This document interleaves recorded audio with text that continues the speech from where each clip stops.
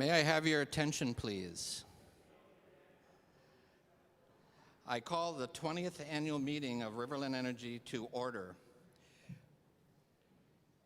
Would you please stand to join me in the reciting of the Pledge of Allegiance and remain standing for the invocation by Father Kyle Lehman.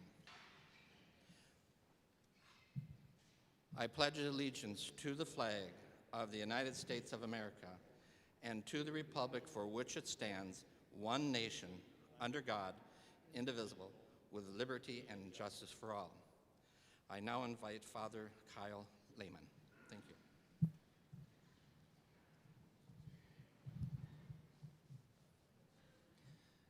Good morning, everyone.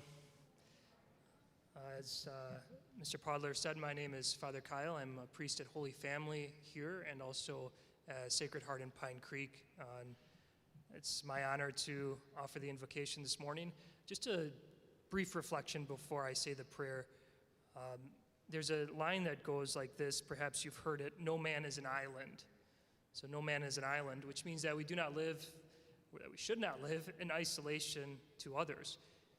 We know how that works and how the bad effects of that, especially in this past year with the pandemic, and how difficult it has been for us as a community and as individuals to be isolated.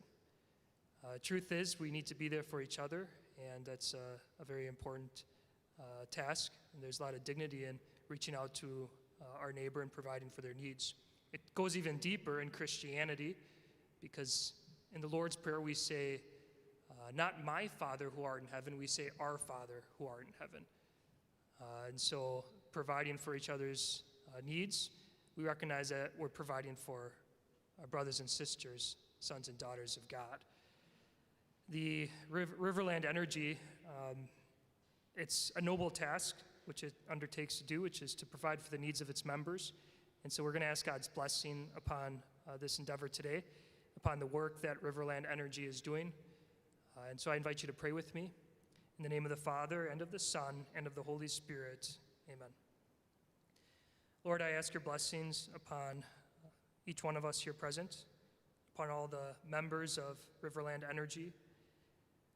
We give you thanks for the many gifts that you have given us in life, and I give you thanks that there are individuals in this community who do seek to provide for their neighbor, who seek to love.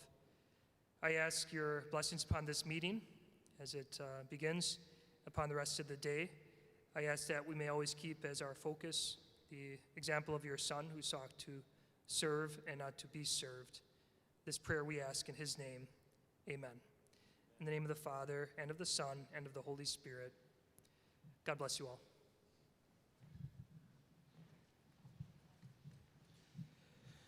Thank you, Father Kyle. And you please be seated, everybody is. Good. Now at this time I'd like to, and happy to introduce our acting chairman for the meeting, our Cooperative General Counsel, Attorney Niles Berman. Niles?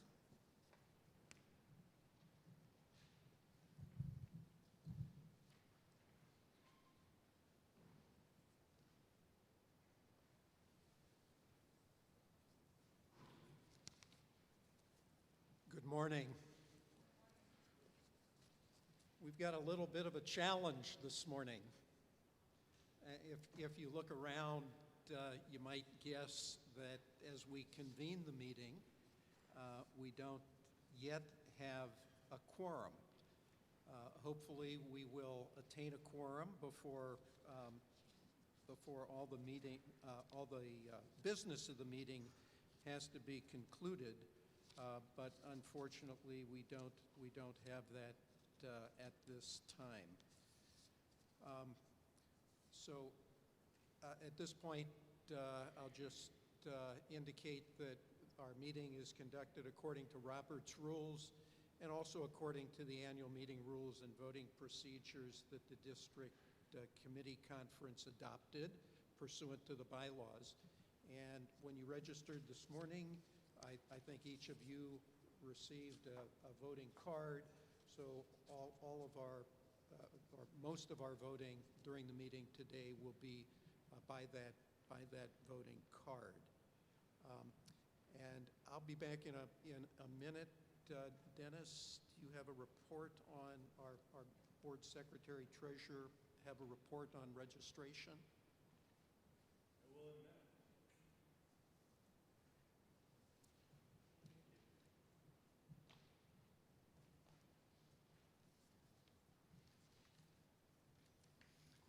So to tell you how fluid this is, before this, when Dave called this order, we had 77 members registered. We now are at 84.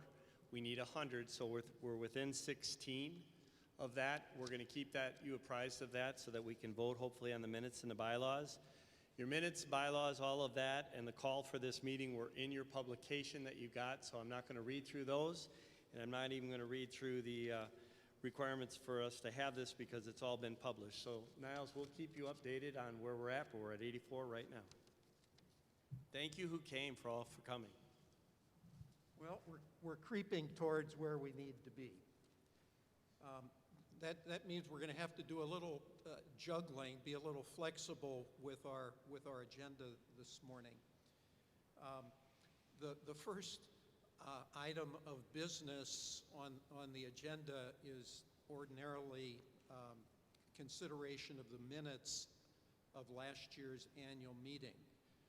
But we need a quorum present to act on the minutes, so I'm going to ask to defer any consideration of that until we see if we do achieve a quorum. Similarly, there are 3 sets of bylaw amendments that have been proposed. They are included in the annual report that you all received. There's quite a bit of text there.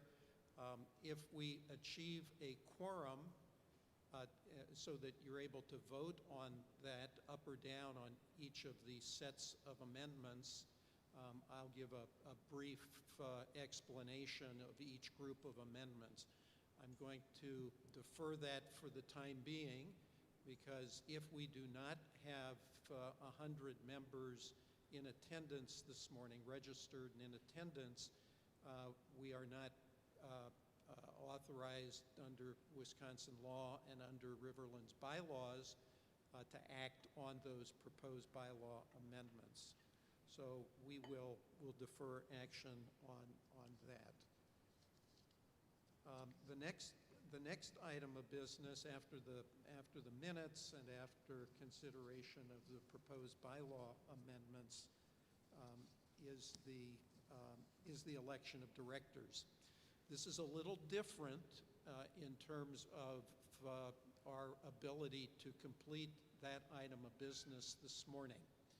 Our state statute provides that where mail ballots or electronic votes have been cast, a co-op is permitted to count toward the quorum the number of members in attendance plus the number of members who have cast the written absentee ballots and the electronic votes, but only for purposes of that particular item of business.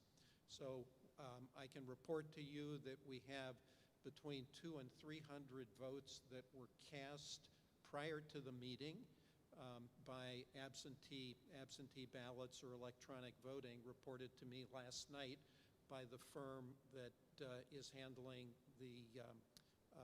that part of the election process this year.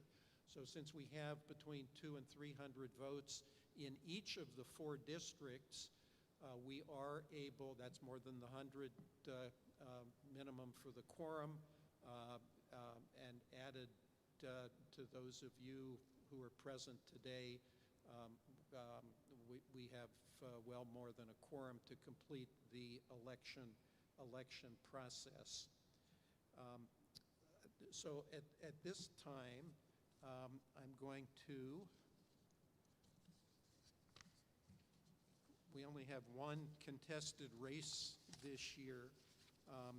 And by the way, are there members present who received meeting day ballots when you registered this morning? Just raise your hand if you got a meeting day ballot. So we do have a few. So what what we're going to do is just introduce all of the candidates in all 4 districts so you know who they are behind their masks. And then I'm going to ask the candidates in the one district where there is a contested race to speak for just a few minutes to supplement the information that's in your annual report. So the first district up for election is District 3. The candidates in District 3 are David Ernst. Dave, will you stand for a moment? And Cletus Fagan. And we received notice this morning that Mr. Fagan is at a funeral and apologizes that he is not able to be present.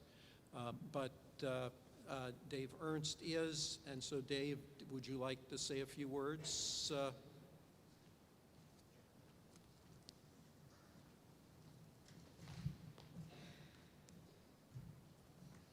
Thanks, Niles. Wow, what a difference 8 years makes. When I first got elected 8 years ago, this place was full. It's been an enjoyable and rewarding experience being District 3 representative for Riverland. I don't think we take so much for granted on what a delicate and complex system this power grid that supplies us electricity really is. Just what happened last month in Texas hopefully should be a wake-up call for all of this industry. I'm sure there's people here that remember not having electricity, or their parents that didn't have electricity, or even grandparents. If you just, in your daily life, look, we're pretty dead in the water without it. So I want to thank all the employees at Riverland for the job they do.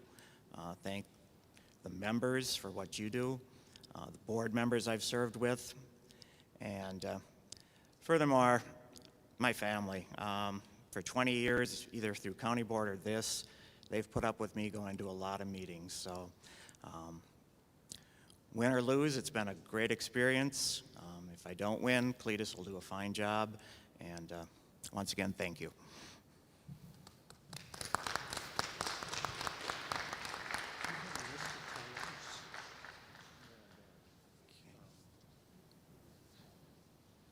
The next district up for election is District 4, and Dennis Frame is the candidate, the incumbent, unopposed. So Dennis, in the interest of time, if you just stand up so people can see you again. Thank you for serving. District 8, the incumbent is Dave Podler, and Dave's walking to the back. You've seen Dave.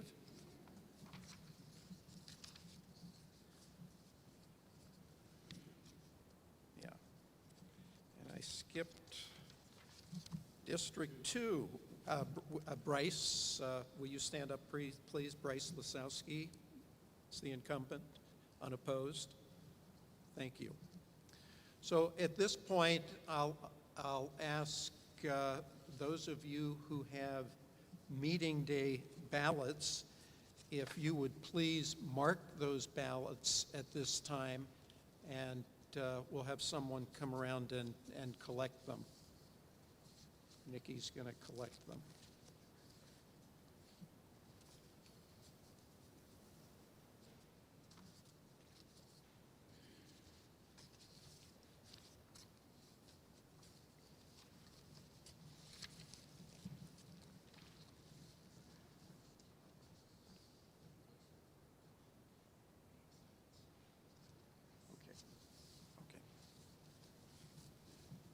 Are there any other ballots to be collected?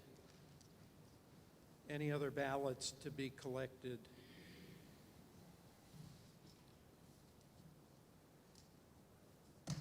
Any other ballots to be collected? If not, I'll ask our tellers to join me in the room down the hall, and we'll come back and report on the vote totals including the meeting day ballots, the absentee signed written ballots, and the electronic ballots that are cast.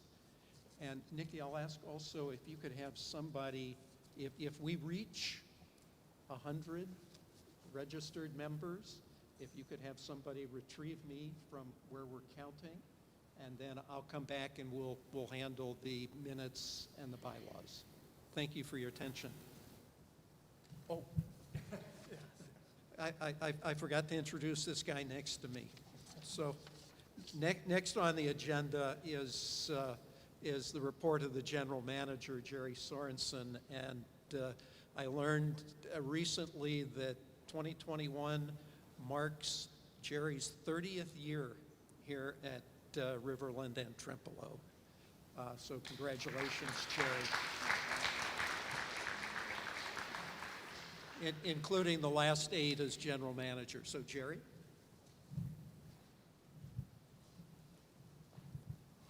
All right, thank you, Niles. Got a few items. If you are a teller, and please meet Niles in the back, and we'll get the counting done. But meet him by the door there, and he'll take you to the room.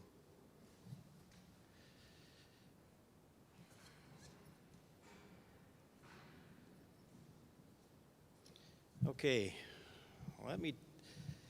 first of all, welcome to the annual meeting. As David Ernst had mentioned, this is really different. You know, for those of you who've been to many annual meetings, this is a packed room. Today we are not. It's sort of sad what we've been through over the last year, and the fact that we did not have an annual meeting last year, it seems like we haven't been together for a long, long time, and we haven't, and that's sad. But we must keep moving forward. And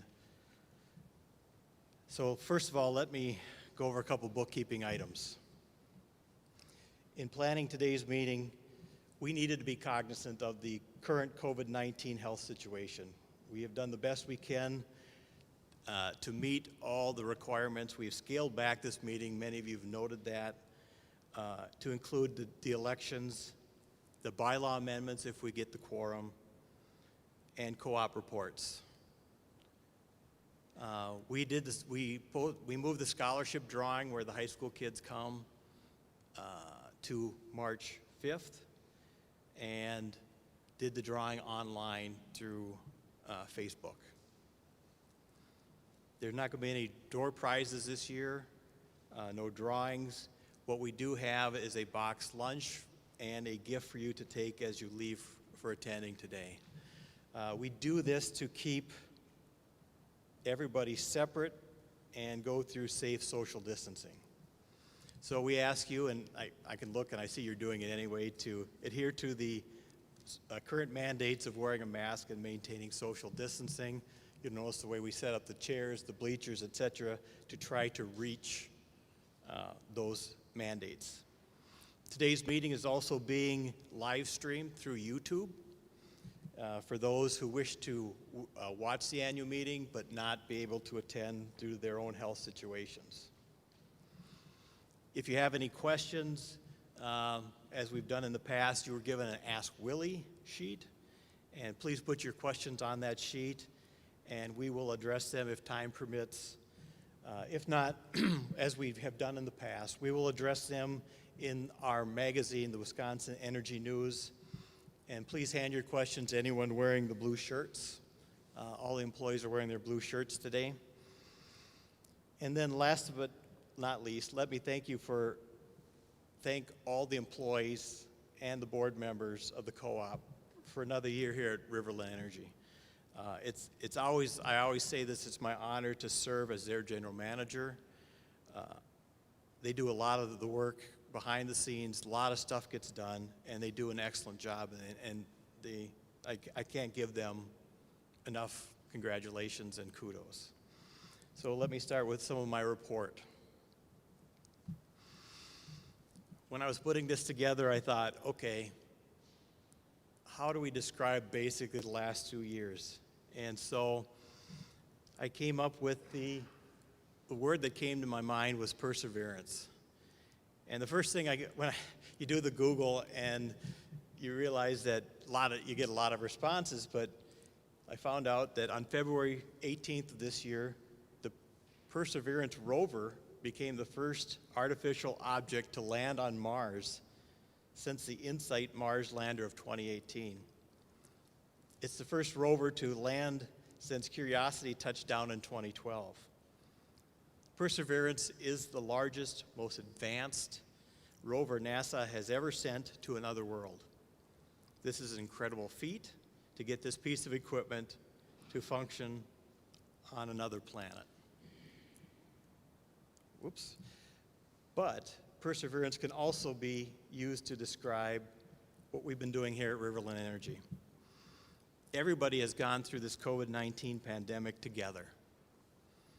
Everyone who's been locked down, worked from home, lost their jobs, wore masks, social distancing themselves, lost loved ones, and everything else we had to do to persevere. So the definition of perseverance is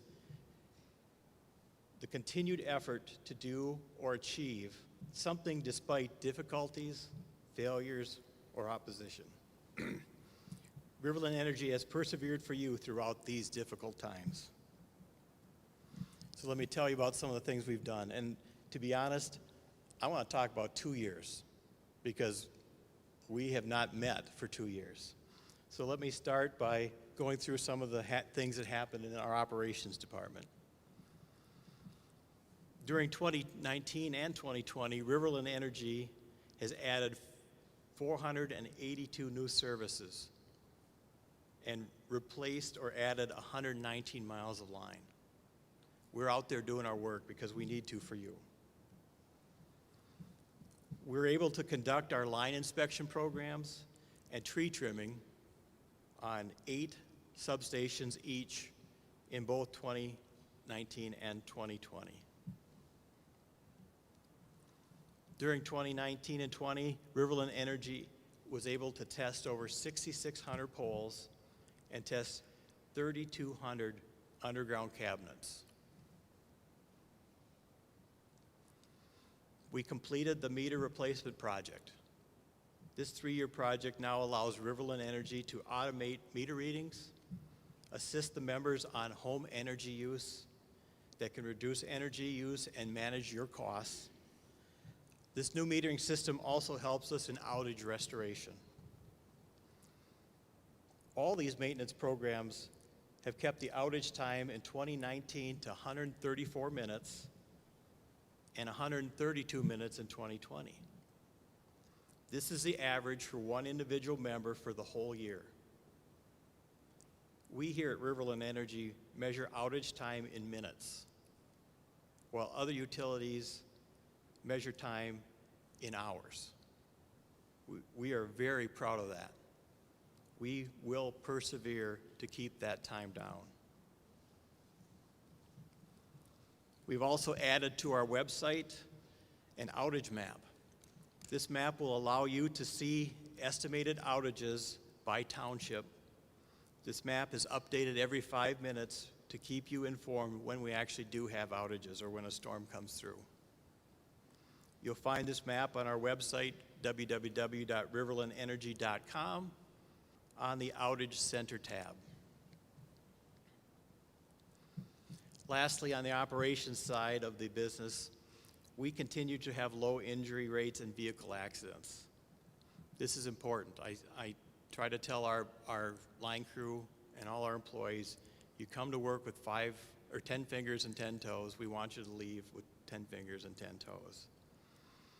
Since 2013, our workman's compensation insurance rates have saved us over $300,000 due to low incident rates. And as of the end of 2020, we have had 2,271,000 accident-free miles, a record that we're proud of achieving. Not just proud of achieving because we don't have accidents, but proud of achieving that our employees go home safe every night. In our member services area, We have continued to do some things, but we have been limited on some of the things we can do due to the COVID. In 2021, just beginning of this year, Riverland Energy, along with 29 electric cooperatives in Wisconsin, Minnesota, Iowa, and Illinois, have created what is known as Charge EV. Charge EV is a partnership with Zeph Energy and Clipper Creek Manufacturing to have residential and commercial electric charging stations available to the members of our co-op. This is just getting off the ground, yet Riverland Energy is one of the first to have a retail charging station through this Charge EV installed in our territory. Our goal is to provide value and convenience to the member of the Riverland Energy and to be the experts for our members in the area of charging stations. There's a lot of long-range goals. Many EV cars are now being manufactured, but the goal is to set up a network of charging stations throughout the rural area and not just in the inner cities. In 2020, our own Dave Podler was awarded the Ally of Cooperative Electrification Award. We call it the ACE Award.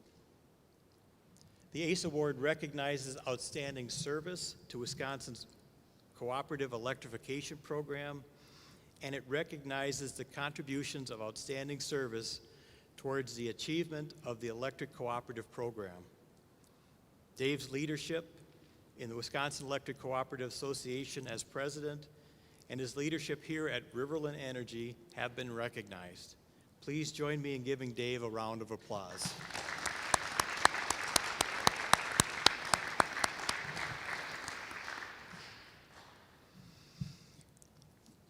Next, I need to talk about something Dave had talked about, and that's the Texas blackout. So I just take a few moments to talk about what happened.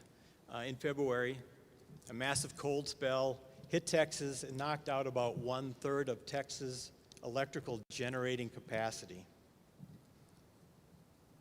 This created rolling blackouts for many days. The cause to be inadequate winterizing of the wind and natural gas systems. And the question is, could this happen here? And that's a valid question.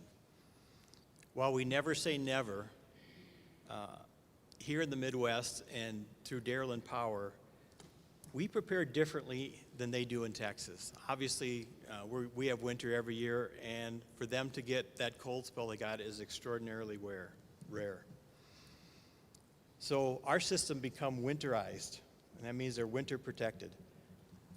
Also, Texas has what is known as an isolated grid in which they are not connected to the rest of the country. So in order for them to get power sent to them from other parts of the country through the grid, they're unable to do that. They're also a deregulated market, so there's a disconnect between generation and the distribution and the actual users of electricity. The consumer members in Texas were exposed to real-time pricing, which skyrocketed their rates. There were reports of residential bills of over $9,000. We don't have those issues here. We are regulated by the Board of Governors and the Public Service Commission. We always persevere to keep your power on. In the financial area, your financial report is included in the annual report, so I'm not going to go through a lot. I just want to hit a couple highlights of the year. In 2020, revenues rose to $38.6 million and margins were at 2.6. 60% of every dollar spent goes to our cost of power, meaning it goes down to Dairyland Power for generation. And this year, we retired over $1 million in capital credits early in August to try to ease some of your financial burdens due to the COVID-19. Your board determined that that was the right step to do, so we moved it up early this year. But because the financial outlook is strong for 2021, there will be no rate increase.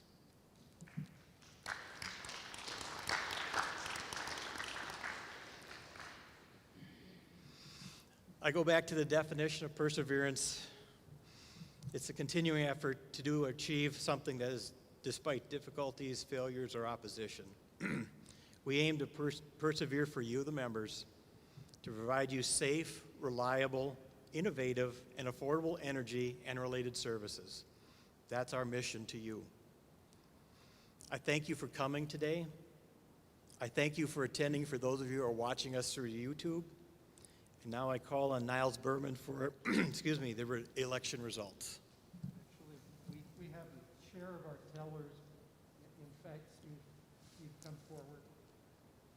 Steve is our only teller this year.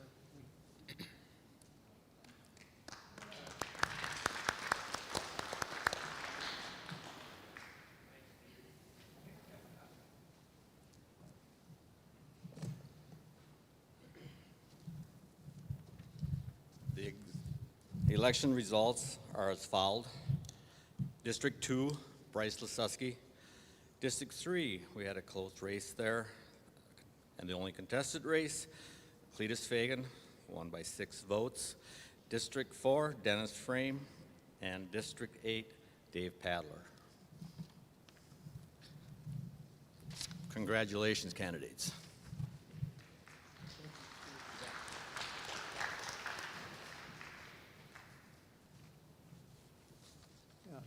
Again, thanks to our teller and to our candidates and to the district committee conference that nominates the candidates each year, and to everyone who voted. I'm assuming that there are a number of people who are in attendance this morning who voted either electronically or by returning the absentee signed ballot. If there's no other instruction from the membership, we will retain all the records of the voting, and I have advised the firm that does the counting of the absentee and electronic votes to do so. We'll retain all the records of the voting for a period of 30 days, and then those records will be destroyed, consistent with past practice. I checked prior to coming back to the stage here, and we are unable still to act on the other items of business. We have not reached the required quorum of 100. So next year, we will come back to you. God willing, we'll be able to be closer together and in a large meeting together, and there'll be all kinds of people out here, as the comment was made earlier. But next year we will have to ask you to act on minutes from 2020 as well as minutes of this year's meeting. We'll also ask you to take action on the bylaw amendments that we had hoped to present to you this morning. Ironically, many of those amendments are intended to give the co-op tools to work with in the event of a recurrence of a pandemic, or if members just don't feel secure coming into a large in-person meeting. So we'll try again next year. In the meantime, the legislature has given us some tools that would allow us to deal with these things on a temporary basis, but the board and the district committee conference had hoped that we would be able to present to you this morning more permanent fixes to that. And with that, Jerry, did you want to Do a couple last ones. Yeah, very good. Thank you. We had a couple Ask Willies, so I'll read those quick and respond. The first Ask Willie said, please don't discriminate by having the online only access. Not everyone has internet or the iPhone. And the answer is we won't ever do that.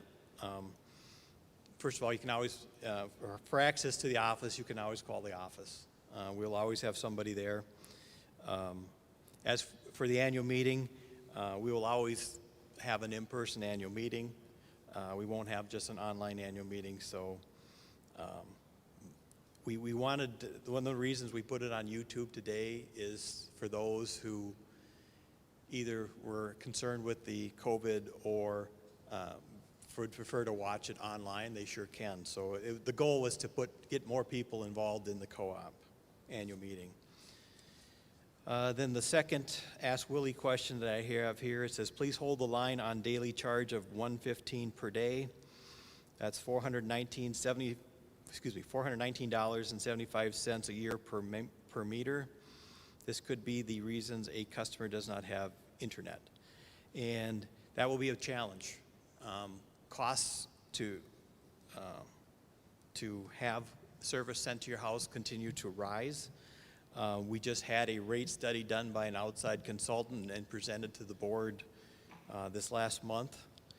And they are looking at the actual cost of being almost $50 a month for access to the electricity. Now it's up to the board to make that determination whether or not how much they will put into the facility charge and how much will be through the electric charge.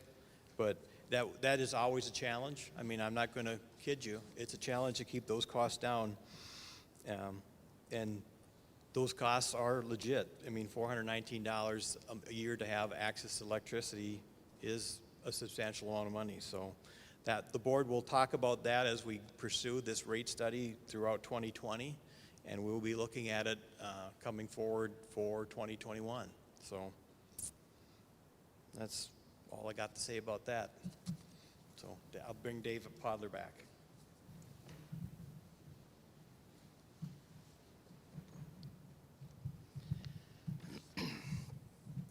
Well, I would like to take the time now to thank the Riverland Energy employees, the employees of the Arcadia School District, Arcadiers who produced our take-home meal today, and our friends from Trempealeau County Community TV for videotaping our meeting, and finally to thank our members. For you today, because participation is what makes a cooperative successful. And even though we didn't meet the quorum today, I'm glad to see everybody that came today.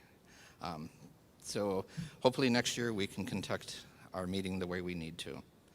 Also, immediately following this meeting, all directors will meet for a reorg meeting in the back in one of the offices in the high school. And I'd also like to thank Niles Berman and for his participation today. But before I bring him back up, I want to talk about our board a little bit. It has been just truly a pleasure to serve, especially you, but our board. We've had a fantastic board the last number of years, and I also want to mention that Dave Ernst will be missed. He has been a good board member, and want to give him a round of applause for all the achievements that he has made.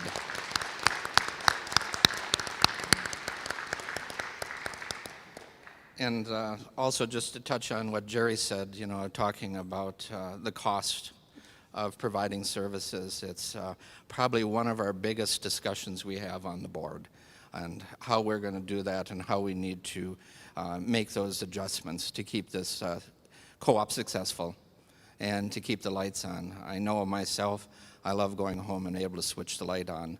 And I don't want to see this country turn into what California is presently having, where you have rolling blackouts, and that's acceptable.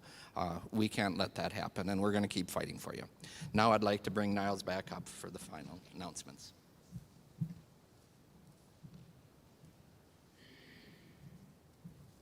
This is the point in the meeting where the final business items are addressed. That is, any unfinished business. There was no business deferred from the 2020 annual meeting to this meeting, so there's no unfinished business. New business, can't take action on anything, but does any member have any new business to bring before the meeting? Any new business? If not, then If there's no objection, our business meeting is adjourned.